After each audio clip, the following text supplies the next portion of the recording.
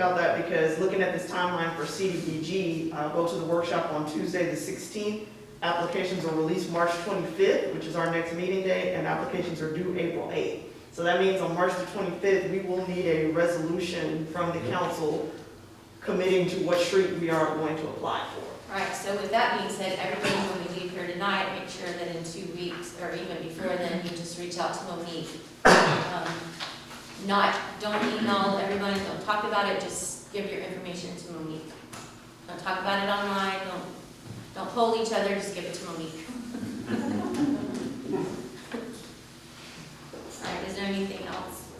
I think that also, No, just want to make clear to the residents that, because I believe that there's a notion when we think of, like you said earlier, when you think of grants, you think of free. So we just need to make clear again, this maybe, that it's not, everything is not free. So I just think everybody might need to, they might not grasp that concept that it's not free, so. that's a great point, because it is true. Nothing else, none of them are 100%. Always remember that we have to front the money, and the average is about an 80% return on the 100%. Plus engineering fees and other things that come in there. And it's, to sit up here is not fun. Let me tell you that right now. But we try to do the best we can with what we've got. And I understand cases because I do have friends that live there. And I've been there and I looked at it, and it's kind of weird that have to stop. Of course, that was so far back we couldn't do it. You know, we didn't know that, sir. Mr. Goodwin, and then Roger. No, the only reason I was concerned about the street in front of my house, my wife is handicapped. Yes, sir. She has multiple sclerosis. Mr. Goodwin, will you just step up a little bit just to make sure we She can has multiple sclerosis, and it's hard for her to walk. I have to walk her down our driveway because it's such a slope. Correct. And then my next door neighbor, he's on dialysis all the time. Yeah, 3 days a week. And they're an older couple that's been there for a lot of years also. I was just, my concern is because of their safety. My wife has fallen in the driveway and broken her nose. She fell in the driveway and broke her wrist. And, it's trying to get up from the street where she went down. And that was my main concern about, my family. And the next door neighbor that I help take care of. Like I tell you, the best thing we can do if we decide to not follow the plan is to I understand planning. I was in operations and plans in the Air Force, so I know how planning goes. So we're not trying to forget you. well, I appreciate that. But that was my main concern of trying to find out what can be done with Sure. half of the street that's. If you don't ask, you don't know. And we appreciate it. Okay, well, thank you very much for. And if you don't mind, before you leave, if you'll just give our public works director your address, because the city does have an asphalt truck. There may be some small fix that we could look at, so if you can. Yeah, it's pretty terrible. It is. I ride a bike to keep physically fit. I mean, I'm 72. And, Well, even at that, tell them check the sidewalk out too, while he's there.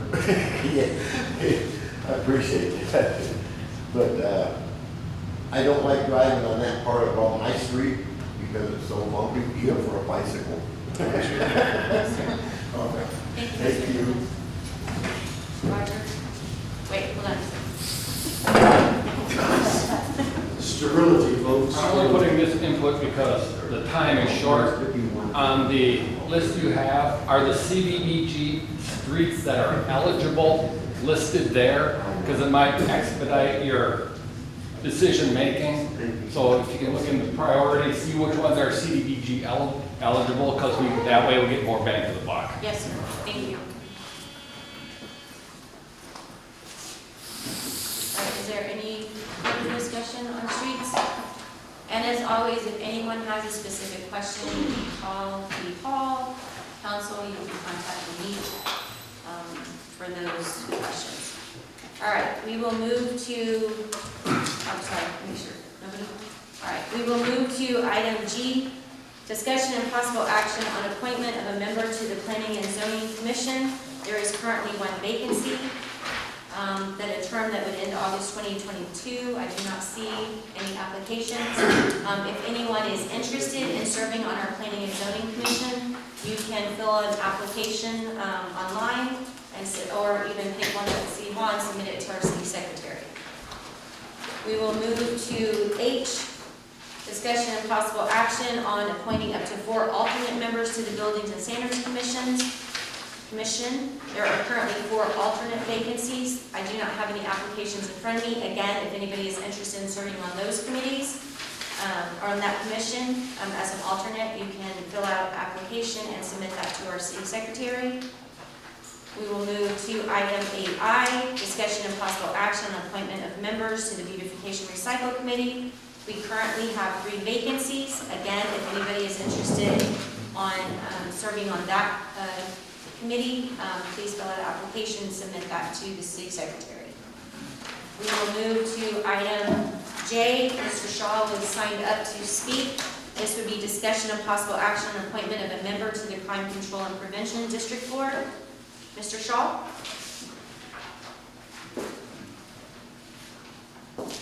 I thought she would be here, but I was here, but that's fine. At least she knows that we appreciate her.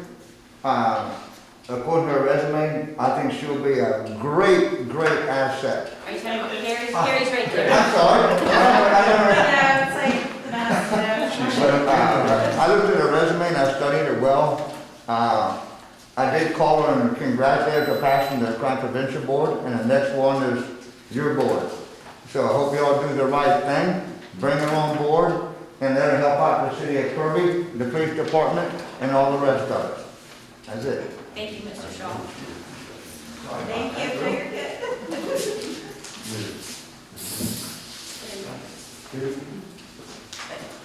John, do you want to say anything before?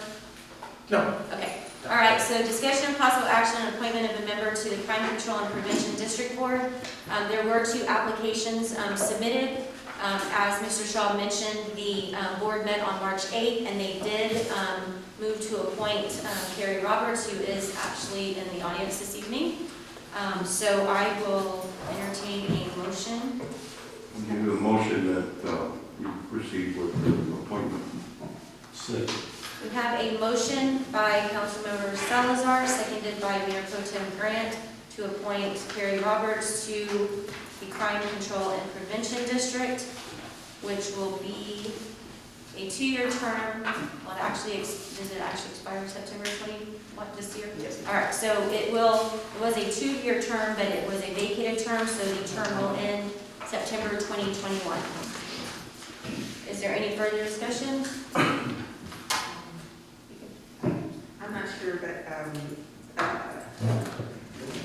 with the other applicant that was in the, what are we gonna, or are they going to interview that person, or, because I haven't heard any discussion of that person, John, you want to? and if so, why not?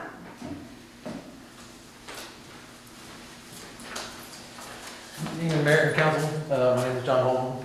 I am the president of the Crime Control Board.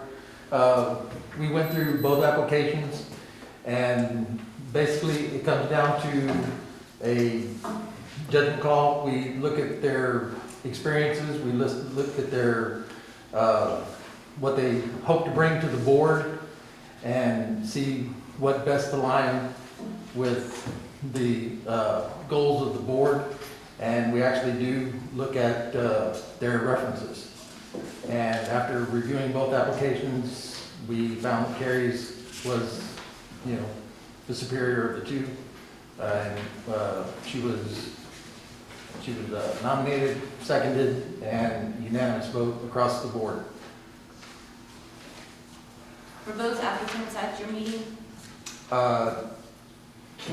Carrie was, 2 weeks ago, Carrie was at the meeting, or not 2 weeks ago, the last meeting before the one on the It was 8th. March 8th, okay. Before March 8th. And we have tabled it at that meeting because we wanted to make sure there wasn't any other applications because we only had the 2. So we tabled it to our next meeting, which we just had on the 8th, and we didn't have any more applications, so that's when we decided to go ahead and, like I said, she was nominated, seconded, and like I said, it was straight. you know. But has the other applicant been to the meeting? No. Okay. Did y'all reach out to him? Did y'all reach out to the applicant and talk to him? No, we went off the applications, and we, as a normal process that we do, normally the applicants are at our meetings, and, we ask Mrs. Roberts to stand up, and we give her, we gave her the floor, gave her the opportunity to speak, and like I said, the other applicant was not on hand at either one of our last 2 meetings, so. If I may ask, and I apologize, I'm very new to this program of yours, the crime control and prevention. Could you give me a little bit of an idea of what exactly y'all do? Actually, hold on. Yeah. At this point, right now, we have a motion and second, and this is for an appointment of a member to the Crime Control and Prevention District. But I'll be glad to talk to you after the meeting about it. Yes, sir, thank you. Would it suffice to say that if an applicant doesn't show interest and show up, and you have one that does, that obviously, just like we have situations where someone wants something, if they don't show up and show interest, then you obviously look at the person that wants to be there. I think it would be fair to say that definitely has an influence on it. Okay. Would also To be be fair totally to honest. say that it's not, Wait, hold on.